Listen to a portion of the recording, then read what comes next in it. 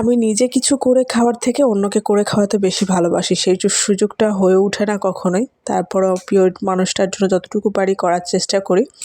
Hello viewers, আসসালামু আলাইকুম। চলে আসলাম নিয়ে আলাদা ছোট একটি ভিডিও নিয়ে। এটা ছিল গতকাল সন্ধ্যার ভিডিও। আমার বেশিরভাগ ভিডিও সন্ধ্যাতেই করা হয়, দিনের বেলা সময় পাওয়া যায় না। লাবিব অনেক দুষ্টামি করে সব সময়।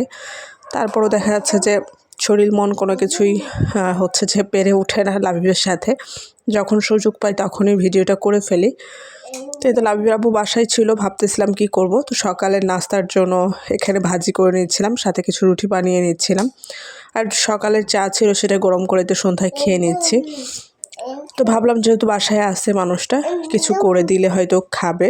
মুখের সামনে যেটাই দিই না কেন সে কিন্তু খেয়ে ফেলে, তবে পছন্দের খাবার হলে একটু বেশি খায়। তো পিঠাটা ও ঝাল পিঠার থেকে মিষ্টি পিঠাটা বেশি পছন্দ করে। তো মিষ্টি পিঠা গুড় আনা হচ্ছে না, আনলে অবশ্যই করব। ভালো গুড় তো সেভাবে পাওয়া যায় না। তো যাই হোক, এখানে তো ভাজি দিয়ে কিছু পিঠাপুলি বানিয়ে নিচ্ছিলাম। এটা ছিল গাজর, পেঁয়াজকলি, আলু, ফুলকপি আর শিম দিয়ে একটা ভাজি। তো হাতে গোনা 9টার মতো পিঠা ভেজেছিলাম। আমি তো ভাবতেছিলাম হয়তো খাবে না, যেহেতু শিমের বিচিগুলো তাতে নিচে পড়তেছিল। 2টা পিঠা আমি খেয়েছি। এই যে পিঠে যে কয়টা দেখছেন সে কয়টাই কিন্তু ভেজেছি। 2টা আমি খেয়েছি, বাকি 7টা বাপ ছেলে মিলে খেয়েছে। 2টা আমার ছেলে নষ্ট করেছে, আর ওর বাবা সবগুলো খেয়ে ফেলেছে। যাই হোক, সে যে খেয়েছে এটাতে আমি অনেক খুশি।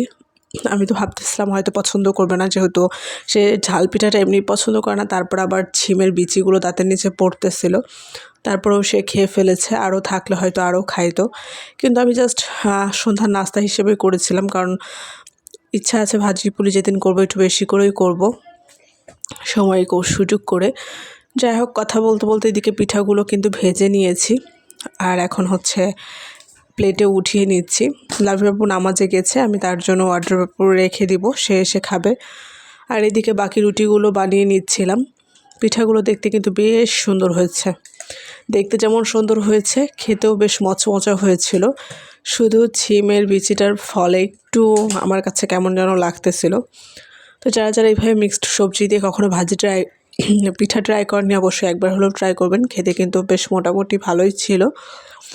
তারপরেই তো রুটিগুলো সেঁকে নিচ্ছিলাম সকালের জন্য, যেহেতু সকালে লাবিব আব্বু বাসায় ছিল, নাস্তা করবে দেখে রুটিগুলো বানিয়ে নিচ্ছিলাম।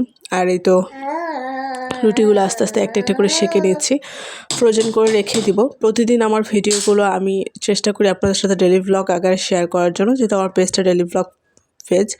কে কোথায় থেকে আমার ভিডিওগুলো দেখেন, আপনাদের কাছে কেমন লাগে? ভালো লাগলে অবশ্যই লাইক শেয়ার কমেন্ট করে সাথে থাকবেন, আর এই ছোট্ট বোনটাকে সাপোর্ট করে যাবেন।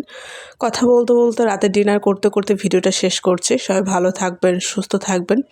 যদি কোনো ভুল ত্রুটি থেকে থাকে ক্ষমা সুন্দর দৃষ্টিতে দেখবেন। আল্লাহ।